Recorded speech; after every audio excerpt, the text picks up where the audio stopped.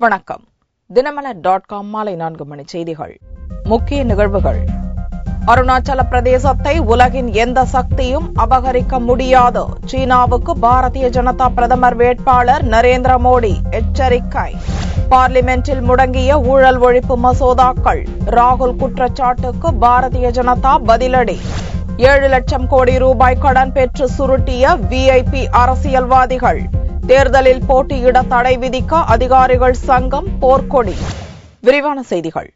அருணாச்சல பிரதேசத்தை இந்தியாவிடமிருந்து பறிக்க முடியாது என்று பாரதிய ஜனதாவின் பிரதமர் வேட்பாளர் நரேந்திர மோடி எச்சரித்துள்ளார். வடகிழக்கு மாநிலங்களில் சனிக்கிழமையன்று 3 இடங்களில் நடந்த பிரம்மாண்டமான பொதுக்கூட்டங்களில் பாரதிய ஜனதா பிரதமர் வேட்பாளர் நரேந்திர மோடி பங்கேற்று பேசினார். அருணாச்சல பிரதேச மாநிலம் பாசிகாட்டில் நடந்த கூட்டத்தில் பேசிய மோடி, வடகிழக்கு மாநில மக்கள் எப்போதுமே சீனாவுக்கு எதிரான நிலையில் வலுவாக இருப்பதாகவும், உலகின் எந்த சக்தியாலும் அருணாச்சல பிரதேசத்தை பறித்துக் கொள்ள முடியாது என்றும் ஆவேசமாக கூறினார். வடகிழக்கு மாநிலத்தின் ஒவ்வொரு குடிமகனும் நமது மண்ணில் இருந்து சீனாவை விரட்டியடிக்கும் சிப்பாய்களாக உள்ளனர் என்று கூறிய நரேந்திர மோடி, சீனாவின் எந்தவித அழுத்தத்துக்கும் அருணாச்சல பிரதேச மக்கள் இடம் தர மாட்டார்கள் என்றும் கூறினார். வடகிழக்கு மாநிலங்களில் வளர்ச்சி திட்டங்கள் செயல்படுத்தப்படாததற்கு கடும் கண்டனம் தெரிவித்த மோடி, முன்னாள் பிரதமர் வாஜ்பாய் மற்றும் பாரதிய ஜனதா கூட்டணி அரசு வடகிழக்கு மாநிலங்களின் முன்னேற்றத்துக்காக துவக்கிய திட்டங்களை முன்னெடுத்துச் செல்வேன் என்றும் உறுதியளித்தார். பார்லிமென்ட் கூட்டத்தொடர் முடங்கியதற்கு காங்கிரஸ் மற்றும் பாரதிய ஜனதா கட்சிகள் பரஸ்பரம் குற்றச்சாட்டுகளை தெரிவித்துள்ளன. ஊழல் எதிர்ப்பு மசோதாக்கள் குறித்த ராகுலின் குற்றச்சாட்டுக்கு பாரதிய ஜனதா தலைவர்கள் ஆவேச பதிலடி கொடுத்துள்ளனர். சுதந்திர இந்தியாவில் இதுவரை இல்லாத அளவுக்கு 15வது லோக்சபாவில் தான் பார்லிமென்ட் செயல்பட முடியாமல் முடங்கியது. மொத்த அலுவல் நேரத்தில் 24% மட்டுமே இரு சபைகளும் செயல்பட்டுள்ளன.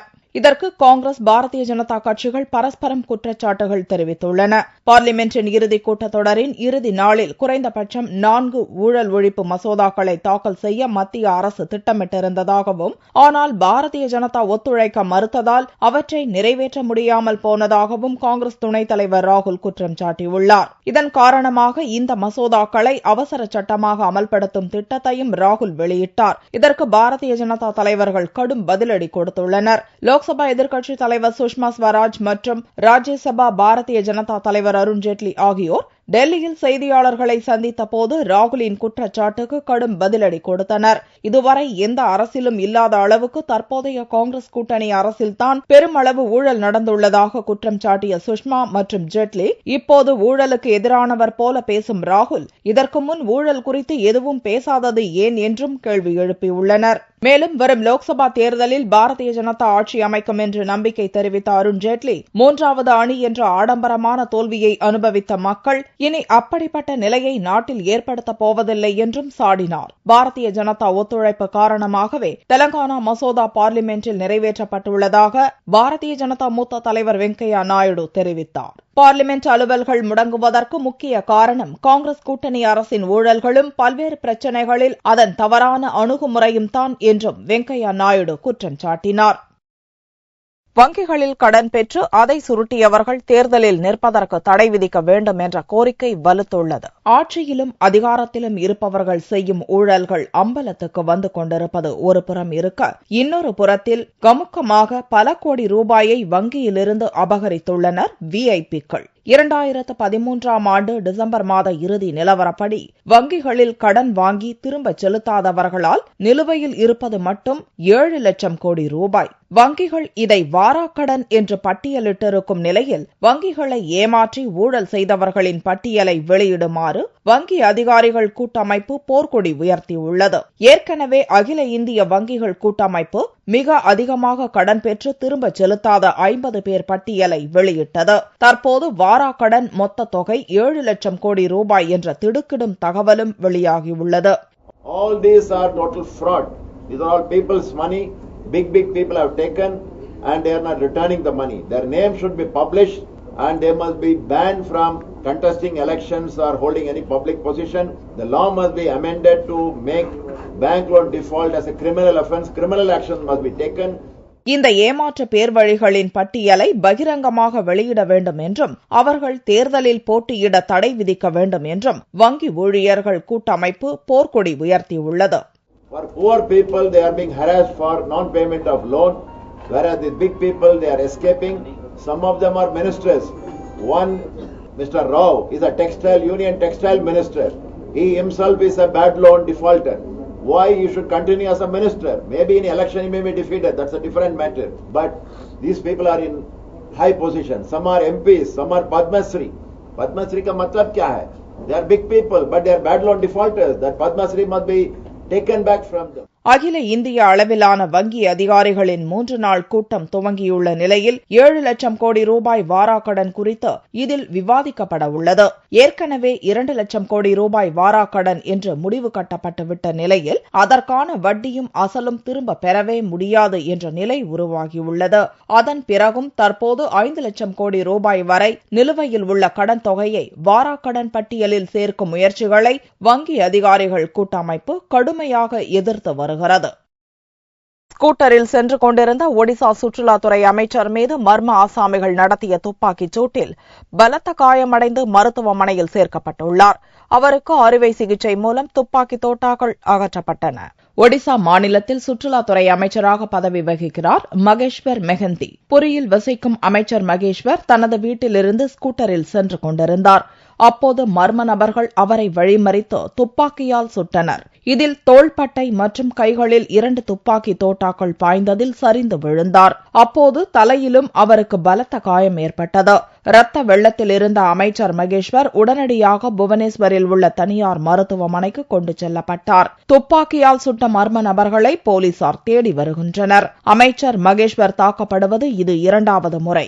ஏற்கனவே 2012ஆம் ஆண்டு ஜனவரி மாதம் 30ஆம் தேதி ஒரு கிராமத்தில் உரையாற்றிக் கொண்டிருந்த போது மர்ம நபர்கள் அவரை சுற்றி வளைத்து இரும்பு கம்பியால் தாக்கியதில் படுகாயமடைந்தார். மகாராஷ்டிராவில் சிவசேனாவும் நவ நிர்மான் சேனாவும் கடும் வன்முறையில் ஈடுபடும் நிலையில் அவற்றின் தலைவர்கள் ராஜ் தாக்கரே மற்றும் உத்தவ் தாக்கரேவுக்கு இசட் பாதுகாப்பு அளிக்கப்பட்டிருப்பது அதிகாரிகள் மத்தியில் அதிர்ச்சியை ஏற்படுத்தியுள்ளது. மகாராஷ்டிராவில் காங்கிரஸ் தலைவர் கிருபா சங்கர் சிங் மீது கிரிமினல் வழக்கு பதிவு செய்யப்பட்டதை அடுத்து அவருக்கு அளிக்கப்பட்ட பாதுகாப்பு முழுமையாக விலக்கிக் கொள்ளப்பட்டது. சமீபத்தில் டோல்கேட்களில் வரி வசூலிப்பை கண்டித்து அவற்றை முற்றுகையிட்டு நவ நிர்மான் சேனாவினர் சூறையாடினர். இந்த போராட்டத்தில் ஈடுபட்ட அக்கட்சியின் தலைவர் ராஜ் தாக்கரே கைது செய்யப்பட்டு விடுவிக்கப்பட்டார். தற்போது அவருக்கு அளிக்கப்பட்டு வந்த ஒய் பிரிவு பாதுகாப்பு டிசம்பர் மாதம் முதல் இசட் பிரிவாக உயர்த்தப்பட்டுள்ளது. இதன் மூலம் அவருக்கு 13 பாதுகாவலர்கள் ஷிப்ட் முறையில் பாதுகாப்பு அளித்து வருகின்றனர். இதேபோல சிவசேனா தலைவர் உத்தவ் தாக்கரேவுக்கும் 24 மணி நேர இசட் பாதுகாப்பு அளிக்கப்பட்டுள்ளது. அவருக்கு மட்டுமின்றி அவரது குடும்பத்தினருக்கும் இந்த பாதுகாப்பு அளிக்கப்பட்டுள்ளது. இம்மாதத்தின் துவக்கத்தில் கோலாப்பூரில் புனே சடரா சாலையில் டோல்கேட்டில் சிவசேனா கட்சியினர் நடத்திய போராட்டத்தின் போது பெரும் வன்முறை வெடித்தது குறிப்பிடத்தக்கது. இவர்களின் பாதுகாப்பு அதிகரிக்கப்பட்டிருப்பது தகவல் அறியும் உரிமை சட்டத்தின் கீழ் சேட்டன் கோத்தாரி என்பவர் தாக்கல் செய்த மனுவுக்கு அளிக்கப்பட்ட பதிலில் தெரிய வந்துள்ளது. கடும் வன்முறையில் ஈடுபட்டு வரும் கட்சிகளின் தலைவர்களுக்கு பாதுகாப்பு அதிகரிக்கப்பட்டிருப்பது அதிகாரிகள் மத்தியில் அதிர்ச்சியை ஏற்படுத்தியுள்ளது. லோக்சபாவில் சிறந்த முறையில் பணியாற்றிய 12 எம்பிக்களுக்கு சென்னையில் விருது வழங்கப்பட்டது.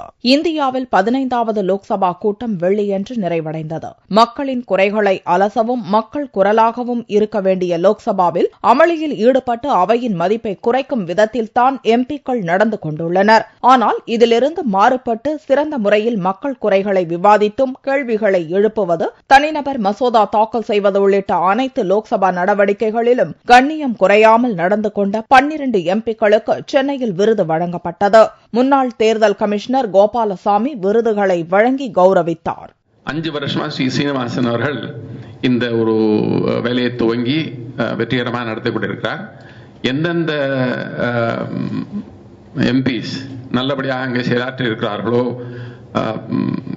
கேள்விகள் கேட்பதோ அல்லது பிரைவேட் மெம்பர் பில் கொண்டு வருவதோ இந்த மாதிரியான அவர்களுக்கு உரித்தான அவர்கள் மட்டுமே செய்யக்கூடிய அந்த வேலையை அவர்கள் திறம்பட செய்கிறார்கள் என்பதை வெளிக்கொணர்ந்து அவர்களுக்காக ஒரு பரிசும் ஏற்பாடு செய்திருக்கிறார். அது மிகவும் வரவேற்கத்தக்க விஷயம். தமிழகத்தில் இருந்து தேர்ந்தெடுக்கப்பட்ட காங்கிரஸ் கட்சியைச் சேர்ந்த ராமசுப்பு இந்த விருது உத்வேகத்தை அளிப்பதாக கூறினார். ரத்ன அவார்டு என்பதை பிரைம் பாயிண்ட் பவுண்டேஷனும் ஐஐடியும் சேர்ந்து இணைந்து இந்த பாராளுமன்றத்தில் அதிகமான கேள்வி கேட்டவர்கள், அதிகமாக கேள்வி கேட்பது மட்டும் பல்வேறு டிஸ்கஷன், பார்ட்டிசிபேஷன் இதெல்லாம் ரொம்ப சிறப்பாக பாராளுமன்றத்திலே நல்ல பேசி மக்களுக்காக பணியாற்றியவர்கள் என்ற முறையிலே அவர்கள் ரேங்க் போட்டு எடுக்கிறாங்க. இதற்காக நான் ரொம்ப சந்தோஷப்படுறேன். விருது பெற்ற 12 பேரில் 6 பேர் மகாராஷ்டிர மாநிலத்தைச் சேர்ந்தவர்கள் என்பதும் 12இல் 3 பேர் பெண்கள் என்பதும் குறிப்பிடத்தக்கது. தமிழகத்தில் முதன்முறையாக கோவையில் பாரதிய ஜனதா மற்றும் நமோ பேரவையின் சார்பில் நமோ நடமாடும் சைக்கிள் டீ கடை துவக்கப்பட்டுள்ளது. பாரதிய ஜனதா கட்சியின் பிரதமர் வேட்பாளர் நரேந்திர மோடி டீ கடைக்காரர் என காங்கிரஸ் கட்சி கூறிய விமர்சனம் பல்வேறு மாற்றங்களை ஏற்படுத்தியுள்ளது.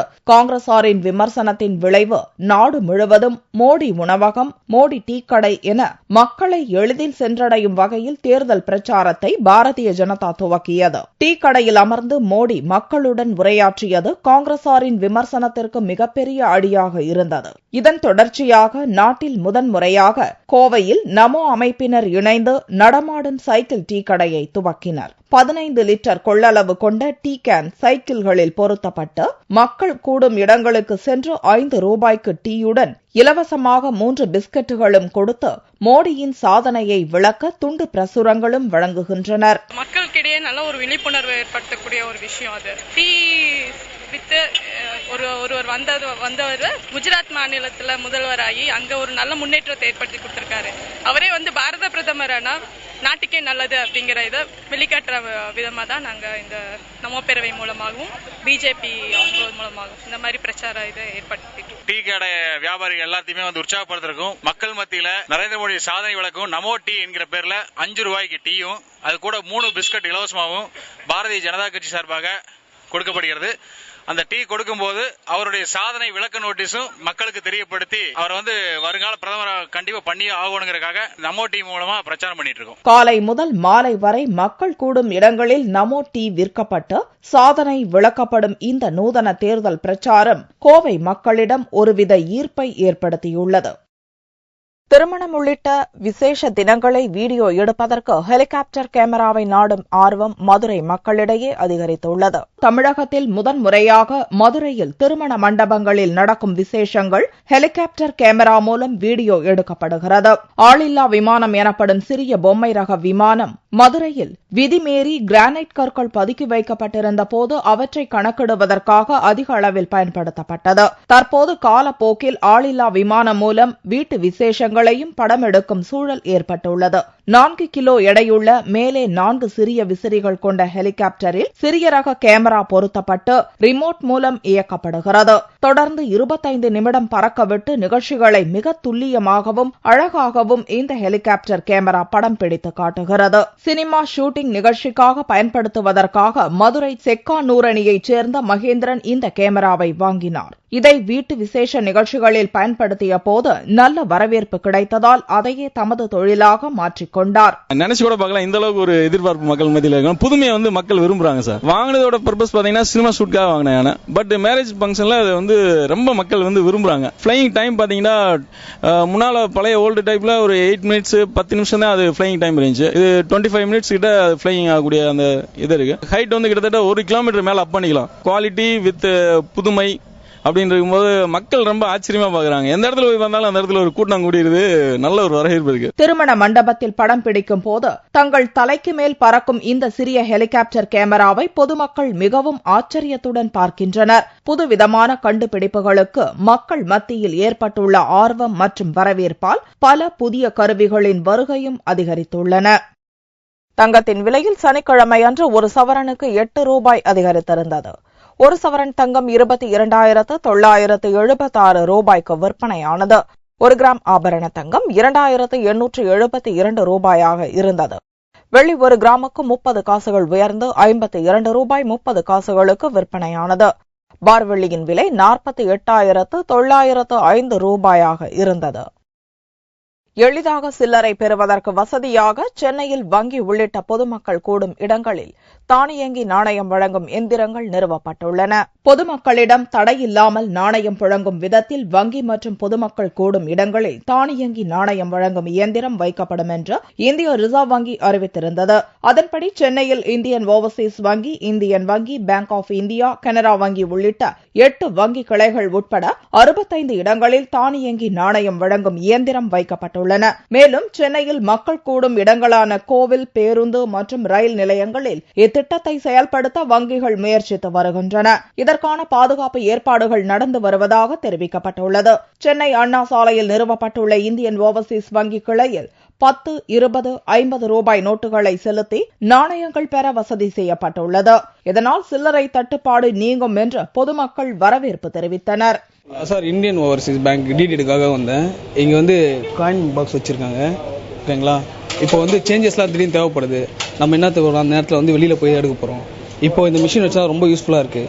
ஏன் கேட்டிங்கன்னா, இப்போ டிடி எடுக்கிறதுக்காக சேஞ்ச் வேணும் அப்படின்னு சொல்லும்போது நம்ம இதில் போட்டு எடுத்துக்கலாம். 50 ரூபா வரைக்கும் எடுக்கலாம். 10, 20, 50 அது வரைக்கும் எடுக்கலாம். 100 அக்செப்ட் பண்ணுங்க. ரொம்ப யூஸ்ஃபுல்லாக இருக்குது சார். தமிழகம் முழுவதும் ஏற்கனவே 120 இடங்களில் இத்திட்டம் செயல்படுத்தப்பட்டு வரும் நிலையில் சென்னையில் இந்த வசதி செய்யப்பட்டிருப்பது பெரும் வரவேற்பை பெற்றுள்ளது. மீண்டும் செய்திகள் இந்திய நேரப்படி இரவு 8 மணிக்கு. வணக்கம்.